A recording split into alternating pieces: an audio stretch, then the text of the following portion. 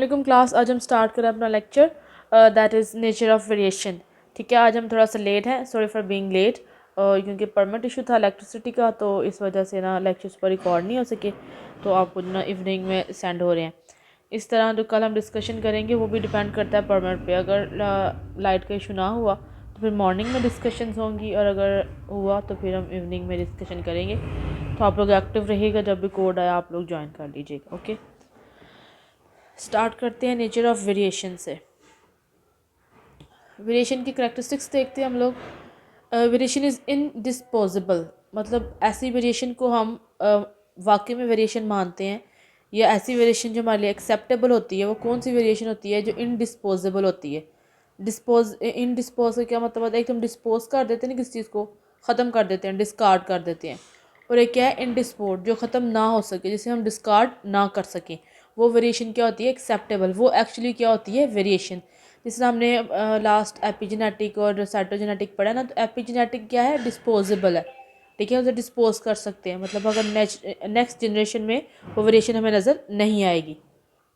Next generation में हमें नज़र क्यों नहीं आती? क्योंकि वो क्या होती है? इन डिस्पोज, सॉरी डिस्पोज होती है। इन डिस्पोज हो तो हमें वो नेक्स्ट जनरेशन में नज़र आती है, और अगर डिस्पोज हो तो फिर नेक्स्ट जनरेशन में नज़र नहीं आती। क्लियर होगी बात कि वेरिएशन का सबसे पहला करैक्टरिस्टिक्स क्या है कि वेरिएशन इनडिस्पोज होती है, कि हम उसे डिस्कार्ड या ख़त्म नहीं कर सकते, वो generation to generation pass on करती है। Changes can occur at high frequency, जो चेंज आता है वो हाई फ्रिक्वेंसी में आता है। हाई फ्रिक्वेंसी का मतलब है कि वाजिया तौर पर नज़र आता है, और एक से ज़्यादा इंडिविजुअल्स में होता है। ठीक है, मतलब 100 की पॉपुलेशन है तो 100 की पॉपुलेशन में तकरीबन 40 to 50 लोगों को होगा, तो हम उसे कहेंगे कि ये क्या है? हाई फ्रिक्वेंसी चेंज है। Variation occur in qualitative and quantitative traits, मतलब जो वेरिएशन को क्वालिटेटिव और क्वांटिटेटिव दोनों ट्रेट्स में मौजूद होना चाहिए। जैसे कि हम कह दें कि जो है, जो कलर है, हाइट है, वो क्या है? क्वालिटेटिव है। ठीक है, ये क्या है? क्वालिटेटिव है। और जो नंबर ऑफ टीथ है, ये क्या है? क्वांटिटेटिव है। Variation occur qualitative and quantitative traits, मैंने क्वालिटी का आपको बताया कि जिसको हम मेजर नहीं कर सकते, जैसे कलर को। ठीक है, हाइट, कलर को हम क्या कर सकते हैं? मेजर नहीं। हाइट को तो हम मेजर कर सकते हैं, कलर को, स्किन के कलर को हम मेजर नहीं कर सकते। ठीक है, तो ये क्या होती है? Qualitative traits. और जो हम मेजर कर सकते हैं, हाइट को मेजर कर सकते हैं, नंबर ऑफ टीथ को मेजर कर सकते हैं, ये कौन सी होती है? Quantitative traits. तो वेरिएशन क्या होती है? क्वालिटेटिव और as well as quantitative traits दोनों में मौजूद होनी चाहिए। चेंजेस क्या ना कर changes can occur in homozygous form, और चेंजेस क्या होती हैं कि जब होमोजाइगस फॉर्म होती है, मतलब होमोजाइगस कहते हैं जब दोनों जो एलील हैं कैपिटल टी हो, तब एक्सप्रेस होती है चेंज, या फिर स्मॉल टी, ये क्या है? Homozygous. Small T capital T, ये होमोजाइगस कंडीशन है। कैपिटल टी स्मॉल टी या स्मॉल टी कैपिटल टी, ये कौन सी कंडीशन है? हेट्रोजाइगस। तो चेंज किस कंडीशन में आती है? होमोजाइगस कंडीशन में।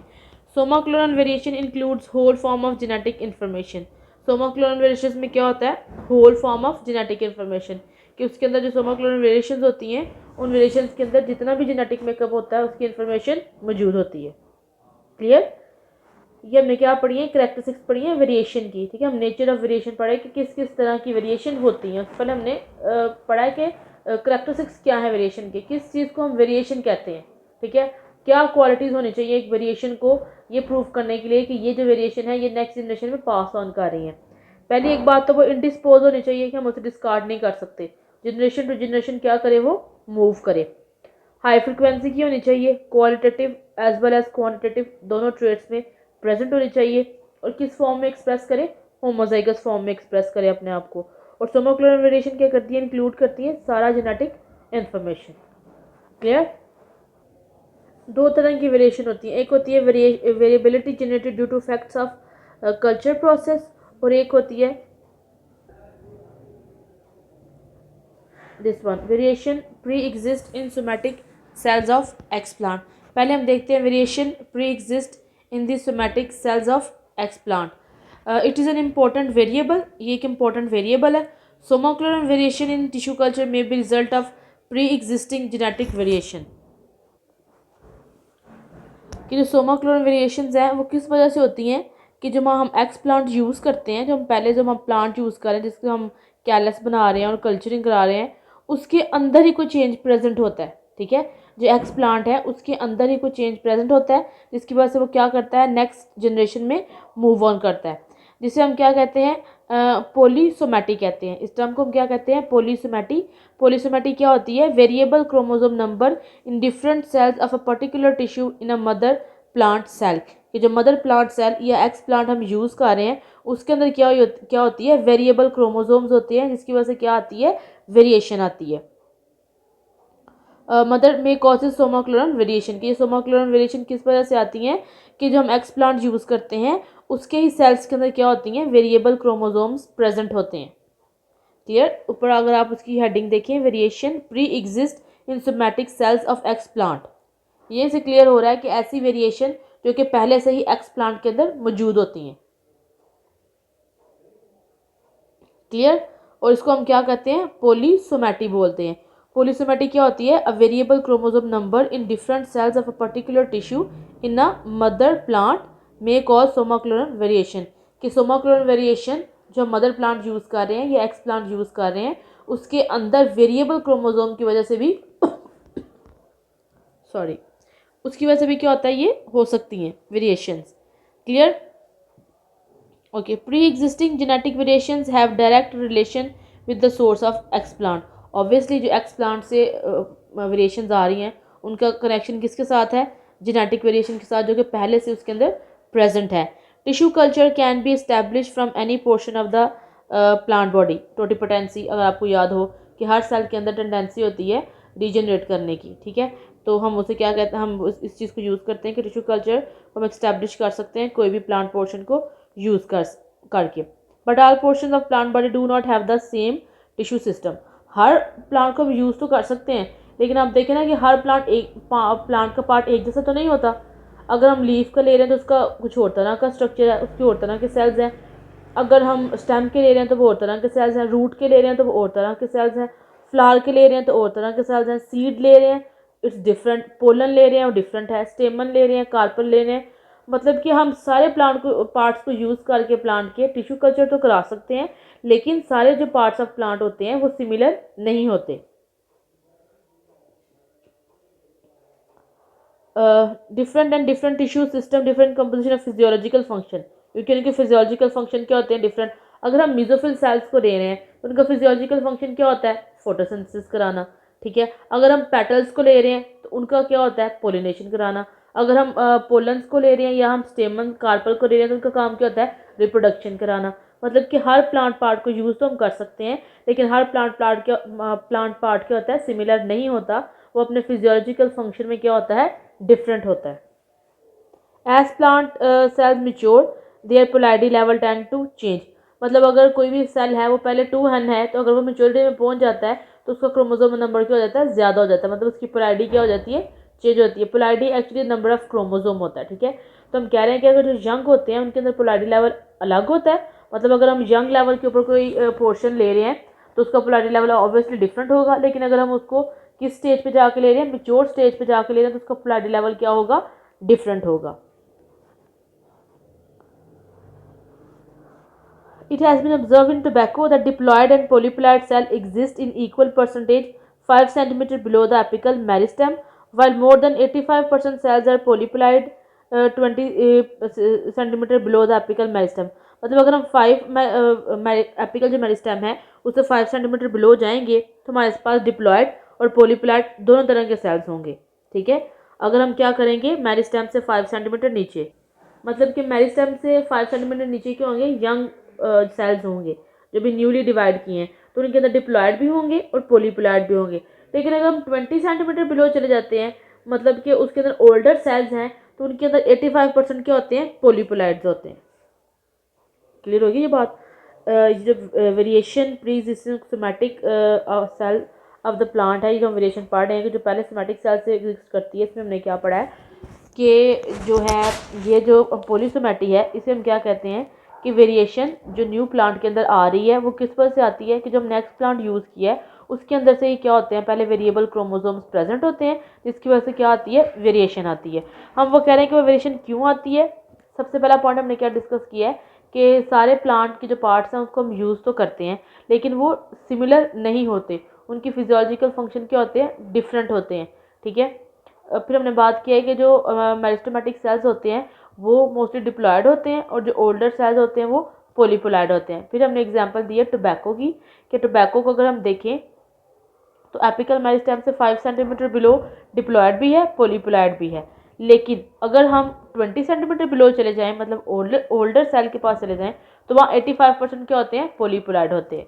इसका मतलब है कि अगर हमारे पास कोई वेरिएशन आ रही है तो ये डिपेंड कर रहा है कि हम किस स्टेज के ऊपर सेल को ले रहे हैं और कौन सा पार्ट ले रहे हैं, प्लांट का कौन सा पार्ट ले रहे हैं और उसकी एज कितनी है। ये दोनों फैक्टर क्या करते हैं, डिपेंड करते हैं कौन सी वाली वेरिएशन को, जो pre exist in somatic cells of x plant से होती हैं। क्लियर? ओके।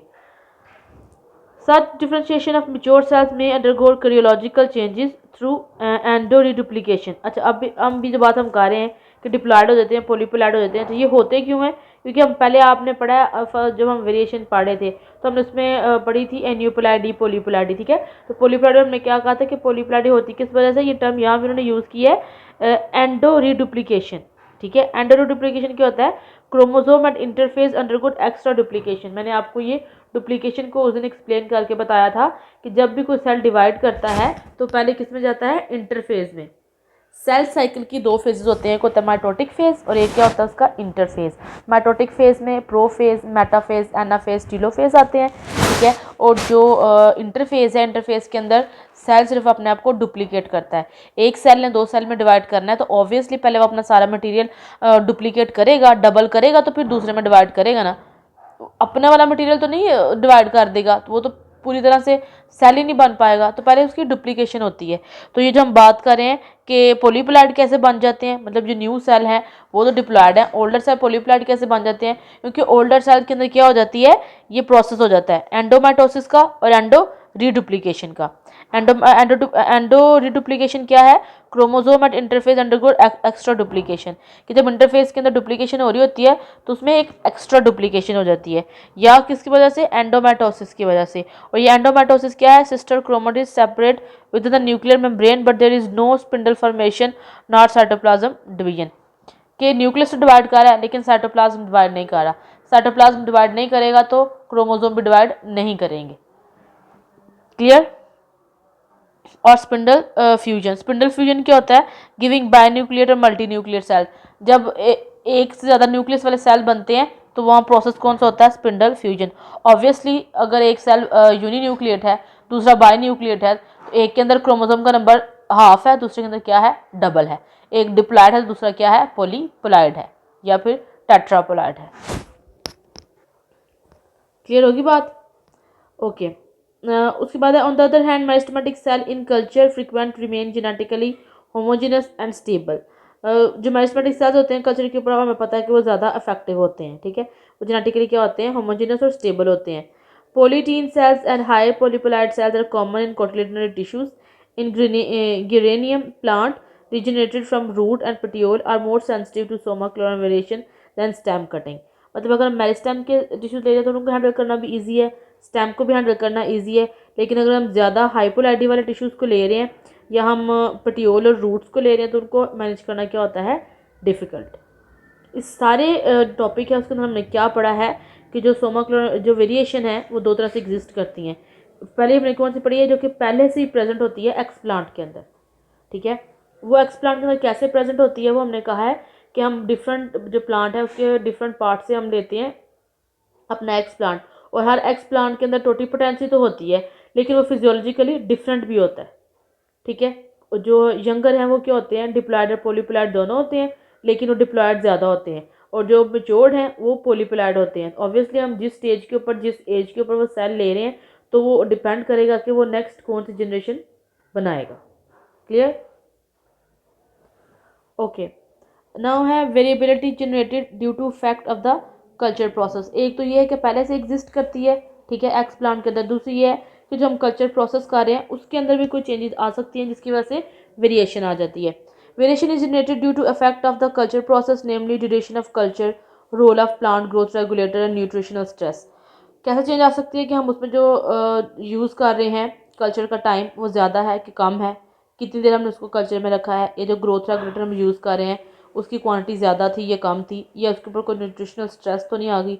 इन सब चीज़ों की वजह से भी क्या होता है, वेरिएशन क्रिएट होती है उसे हम क्या कहते हैं, variability generated due to effects of culture process. Duration of culture, age of any culture and frequency of sub culturing में disturb normal plant regeneration.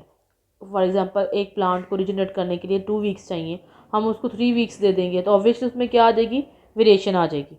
Long term callus culture, ठीक है, ये जब बात करेंगे हमको 2 वीक्स ज़रूरी है लेकिन हमने उसे क्या कर दिया, 4 वीक्स दे दिए, तो लॉन्ग टर्म कैलस कल्चर हो जाएगा। Accept in a few cases exhibit heterozygosity, क्या जाहिर कर देते हैं, हेट्रोजाइगोसिटी, क्योंकि हमने क्या कहा है कि जो वेरिएशन है वो होमोजाइगोसिटी में क्या करती हैं, अपने आप को एक्सप्रेस करती हैं, तो क्या आ जाएगी, हेट्रोजाइगोसिटी आ जाएगी। One of the triggers of change in पॉलीपोलाइडी, जिसकी वजह से पॉलीपोलाइडी लेवल क्या हो जाता है, चेंज हो जाता है। Of a culture is a plant growth regulator, ठीक है। Both auxin and cytokinin are particularly 2,4-D and kinetin are instrumental in bringing about karyotype alteration in culture cells. अगर हम चेंजेस लेके आना चाह रहे हैं, वेरिएशन लेके आना चाह रहे हैं, तो हम क्या यूज़ करते हैं, ऑक्सिन और साइटोकाइनिन यूज़ करते हैं। कौन कौन से, 2,4-D, ठीक है, ये ऑक्सिन है, और काइनेटिन ये साइटोकाइनिन है, ये दोनों हम ये दोनों हम यूज़ करेंगे ग्रोथ रेगुलेटर। अगर हमें क्या चाहिए, अगर हम उसे कैरियोटाइप के अंदर मतलब उसके न्यूक्लियस के अंदर चेंज चाहिए, तो ये खुद इंड्यूस करा रहे हैं ना हम कल्चर के अंदर चेंज लेके आके। Okay, these growth regulators can trigger a high rate of cell division in cultured explant and sometimes may directly induce mutation by altering the state of DNA methylation। मतलब ज़ाहिर बात हमने क्या यहाँ टर्म पढ़े हैं, trigger high rate of cell division, मतलब cell division का रेट क्या हो जाएगा, ज़्यादा हो जाएगा। सेल डिवीजन का रेट ज़्यादा हो रहा है तो इसका मतलब क्या हो रहा है, इंटरफेस भी ज़्यादा हो रही है, इंटरफेस ज़्यादा हो रही है तो क्रोमोसोमों की डुप्लीकेशन भी ज़्यादा हो रही है। 2n से 4n, 4n से 6n बनते जा रहे हैं, जिसकी वजह से इसकी पोलैरिटी लेवल क्या हो रही है, हाई हो रही है। 2,4-D is considered to be responsible for various genetic abnormalities such as aneuploidy, polyploidy, endoreduplication and micronucleus formation. 2,4-D क्या है, ऑक्सिन है, ये एक ऑक्सिन की टाइप है, जिसे क्या हम करते हैं, हम अबनॉर्मेलिटीज़ क्रिएट करने के लिए यूज़ करते हैं। कौन सी अबनॉर्मेलिटीज़, एन्यूपोलैरिडी, पॉलीपोलैरिडी, एंडोरीडुप्लीकेशन और micronucleus formation. Decide growth other aspect of culture medium that is level of KNO3, ठीक है, ठीक है, ये KNO3 क्या है, न्यूट्रिएंट्स हैं, उनको भी हम उनका लेवल भी चेंज करके कम या ज़्यादा करके हम क्या कर सकते हैं, वेरिएशन को इंड्यूस करा सकते हैं। Chelation agents and some microsalts and metals have the property, ठीक है, चिलेशन एजेंट्स भी ऐसे एजेंट्स होते हैं जिनको हम दूसरों के साथ मिक्स करके ऐड कराते हैं। मतलब अगर एक एजेंट है वो डायरेक्ट फंक्शन नहीं कर सकता कल्चर के ऊपर, लेकिन अगर हम किसी दूसरी चीज़ के साथ ऐड करा के फिर उसको कल्चर में डालेंगे तो फिर वो फंक्शनेबल हो जाएगा। इनको हम चिलेटिंग एजेंट्स बोलते हैं। एंड सब माइक्रोसॉल्ट्स, जो हम सॉल्ट्स यूज़ करते हैं कैल्शियम के या मैग्नीशियम के salts, and metal have the property to destabilize the normal genetic makeup. मतलब ये इन सब चीज़ों के अंदर क्या होती है, कैपेसिटी होती है कि अगर हम इनकी रेशियो ज़्यादा कर दें या कम कर दें तो ये जेनेटिक मेकअप को क्या कर सकते हैं, चेंज कर सकते हैं। Undefined substances like coconut milk and yeast extract में इंड्यूस सोमाक्लोनल वेरिएशन। इसके अलावा कोकोनट मिल्क और जो यीस्ट हम यूज़ करते हैं वो भी क्या कर सकते हैं, सोमाक्लोनल वेरिएशन कॉज कर सकती हैं। पूरे लेक्चर में हमने क्या पढ़ा है, पहले हमने वेरिएशन की करैक्टरिस्टिक्स पढ़ी हैं कि क्या क्या चीज़ें होनी चाहिए वेरिएशन के अंदर। फिर हमने पढ़ा कि 2 तरह से वेरिएशन आ सकती है, एक तो पहले से एक्स प्लांट के अंदर कोई ना कोई वेरिएबिलिटी मौजूद हो, जैसे हमने क्रोमोसोमल वेरिएबिलिटी पढ़ी है, या फिर दूसरा हम क्या करते हैं कि हम खुद इंड्यूस कराते हैं टिश्यू कल्चर के प्रोसेस के दौरान। उसके अंदर जो हार्मोन्स यूज़ होते हैं, ग्रोथ रेगुलेटर्स यूज़ होते हैं, या उसके अंदर जो सॉल्ट्स यूज़ होते हैं, न्यूट्रिएंट्स यूज़ होते हैं, उनकी रेशो को कम या ज़्यादा करके हम क्या कर सकते हैं, एबनॉर्मेलिटीज़ या अपना डिज़ायर करैक्टर पॉलीपोलैरिटी अगर ज़्यादा करनी है, हमने कम करनी है, तो वो हम क्या कर सकते हैं, इसके थ्रू कर सकते हैं। क्लियर। कल इंशाल्लाह डिस्कशन होगी। मैंने पहले आपको बता दिया कि इट्स डिपेंड अपॉन परमिट, मैं आपको मैसेज कर दूँगी, तो कल आपने अलर्ट रहना, लेक्चर पढ़ के आएगा, कोई प्रॉब्लम होगी तो मुझसे पूछ लीजिएगा, ठीक है। Thank you.